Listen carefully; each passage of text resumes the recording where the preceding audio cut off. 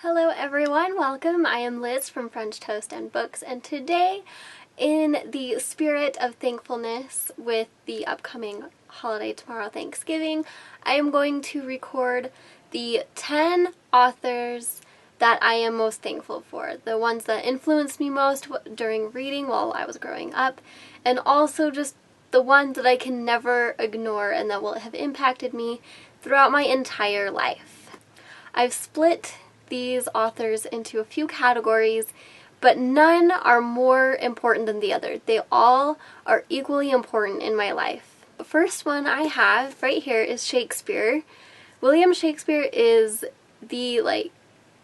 just the best playwright and author there is. He invented so many words and continues to influence every other author by his plays. We have the starstruck lovers that he created in Romeo and Juliet.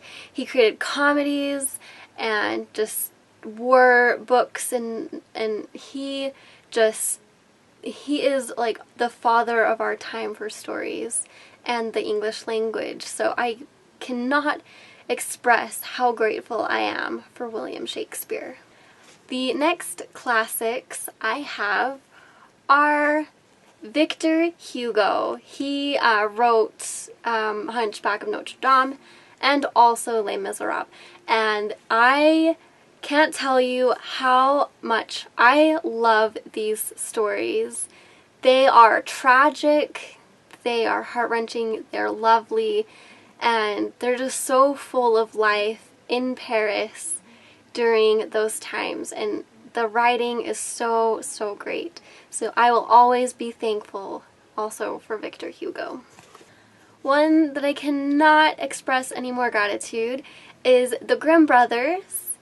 They didn't technically write any of their own stories. They just collected fables from all around Europe and then wrote them and published them so that everybody else could experience the great fables of the ages, and I cannot express how much I love hearing the fables and seeing them turned into many retellings from Disney to current authors. They're just that fantastic. Next, I am going to bring love I have for this author and her brilliance to stay committed to her story and know that she was worth something even though it took her years and many failed publishings before she actually published her first series.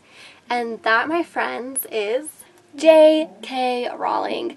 She spent several heartfelt tries trying to get Harry Potter and the Sorcerer's Stone published, and many publishers mocked in her face.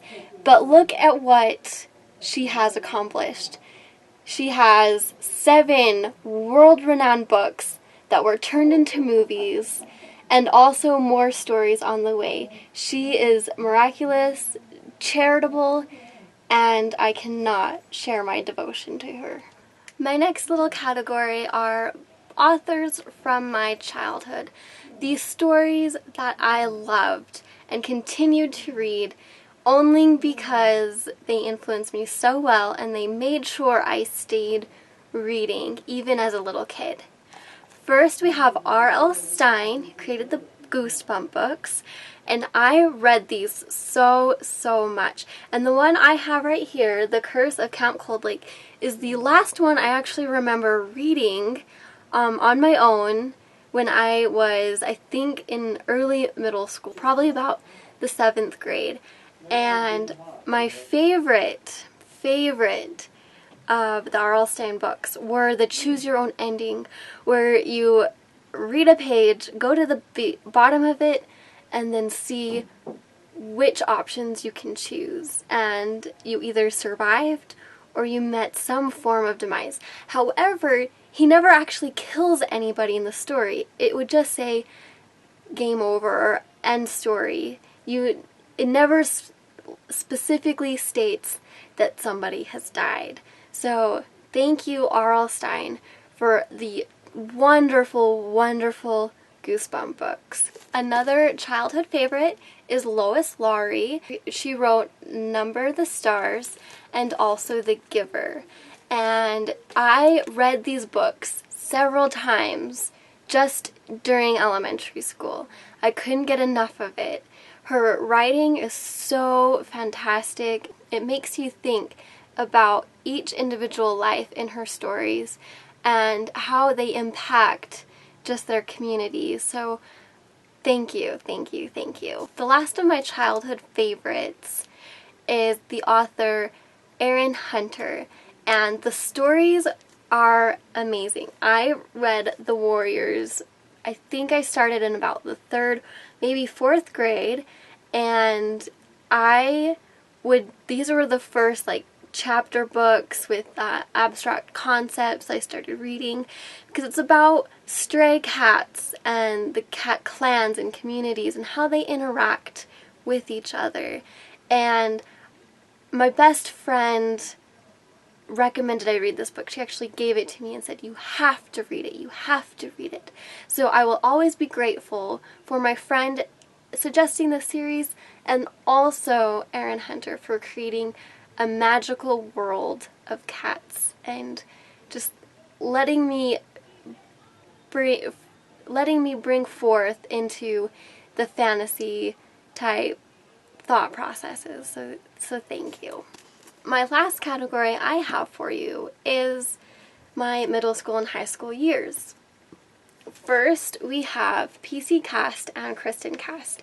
They co-wrote the House of Night series, and I have read, I think, the first 6 or 7 books of these, and I realized that this is definitely written for teenagers. I reread it last year, and I did not like it as much, but still, I was really engaged in middle school when they first came out, and I wouldn't be as engaged of a reader as I am now had I not read this series. Next, we have somebody who severely pulled on my heartstrings while reading their book, and this is Libba Bray in her Gemma Doyle trilogy. And these books ripped my heart out and made me yearn for the next book. This is the first book series other than Harry Potter where I actually had to sit and wait for the next book. Luckily, I picked up The Great and Terrible Beauty later on after publishing, so I didn't have to wait for Rebel Angels, but I did have to wait for The Sweet Farthing. And the wait killed me, but not only the wait, but how she wrote her ending and how just you get so invested in the characters. I just wouldn't be the reader I am today without this series and the heartbreak I felt while reading them. Last but not least, the last author I have is Cassandra Clare. I started reading the Mortal Instruments series in high school when they started coming out, and I read the first 3, which is City of Bones, City of Ashes, and City of Glass. I actually did not go on with the series, but I just loved her writing style and how she introduced each character so much that I picked up her prequel, The Infernal Devices. Her writing style is so amazing in how she introduces her characters that I will be forever indebted to Cassandra Clare for how she made me love a character so much and need to know what happens to each character. Those are the 10 authors I am so thankful for because of how they influenced me as a reader and in life, and how they will continue to influence me as I get older. Thank you for watching, and I hope you have a wonderful holiday. I'll see you next time. Goodbye.